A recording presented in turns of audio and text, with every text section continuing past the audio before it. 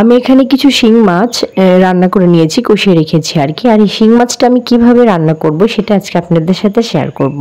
তাহলে চলুন ফুল ভিডিওটি শুরু করা যাক। আসসালামু আলাইকুম। মসুরের ডাউলের বড়া বেড়ে নিচ্ছি। এই বড়াটা কিন্তু এমনিতে খাইতে অনেক টেস্ট লাগে, তাই না? তারপর এটা দিয়ে যদি রান্না করা হয় মাছ বা ঝোল আর কি, তাইলে কিন্তু অনেক টেস্ট লাগবে। একটাবার রান্না করে খেয়ে দেখবেন আপনারা কেমন হয়। আর এই রান্নাটা হচ্ছে আমার দাদির রেসিপি। এটা আমার দাদি জীবিত নেই, থাকলে অনেক খুশি হইতো হয়তো বা। আমার দাদি আমার মা চাচাদেরকে শেখাইছিল, যার কারণে ছোটবেলা থেকে এই রান্নাটা আমরা খেয়ে আসছি। শিং মাছ আর মাগুর মাছ দিয়ে এই রান্নাটা করা হয়।